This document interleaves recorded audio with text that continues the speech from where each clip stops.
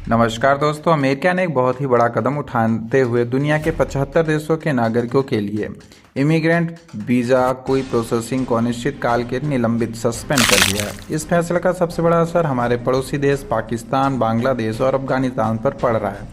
आज हम समझें कि यह पूरा मामला क्या है और इसका दुनिया पर प्रभाव क्या पड़ेगा।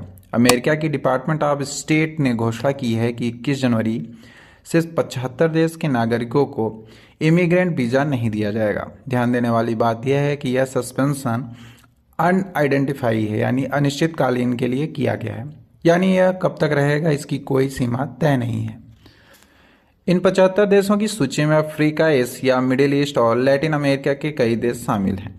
हमारे प्रभावित जो पड़ोसी देश हैं वो पाकिस्तान, बांग्लादेश, अफगानिस्तान, भूटान और नेपाल है। राहत की बात यह कि भारत इस प्रतिबंधित सूची में शामिल नहीं है। यहाँ समझना जरूरी है कि प्रतिबंध केवल इमिग्रेंट वीज़ा पर क्यों है, बंद क्यों हुआ।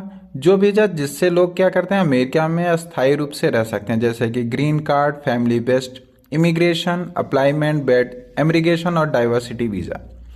नॉन इमिग्रेंट वीज़ा जैसे टूरिस्ट होता, बिजनेस, स्टूडेंट और अस्थायी वर्क वीज़ा होता है, अभी ये खुले हुए हैं। हालांकि इन वीज़ा में के लिए भी अभी भी स्ट्रिक्ट स्क्यूड होगी, प्रोसेसिंग में ज़्यादा समय लगेगा, उसके बाद इसको शुरू किया जाएगा। अमेरिका ने इसके पीछे मुख्य 2 कारण बताए। पहला है पब्लिक चार्ज। ट्रंप प्रशासन का मानना है कि इन देशों से आने वाले लोग आर्थिक रूप से आत्मनिर्भर नहीं होते हैं, वहाँ की सरकार की सब्सिडी पर होते हैं, जिससे अमेरिका खजाने पर बोझ बढ़ता है। दूसरा कारण है सुरक्षा और डेटा की कमी। अमेरिकी सरकार के अनुसार इन 75 देश की सरकारें अपने नागरिकों की आइडेंटिटी वेरिफिकेशन, क्रिमिनल रिकॉर्ड्स और बैकग्राउंड डेटा का सही जांच नहीं करती, न ही यह जानकारी अमेरिका के साथ साझा करती हैं। इन कड़े प्रतिबंधों से कुछ लोग को छूट मिल सकती है। यदि आपके पास प्रतिबंधित देश के अलावा किसी ऐसे देश का पासपोर्ट है जो बैन लिस्ट में नहीं है, तो आप आवेदन कर सकते हैं। इसके अलावा राष्ट्रीय हित, मानवीय अधिकार और सामरिक मामलों के केस दर केस आधार की छूट दी जा सकती है।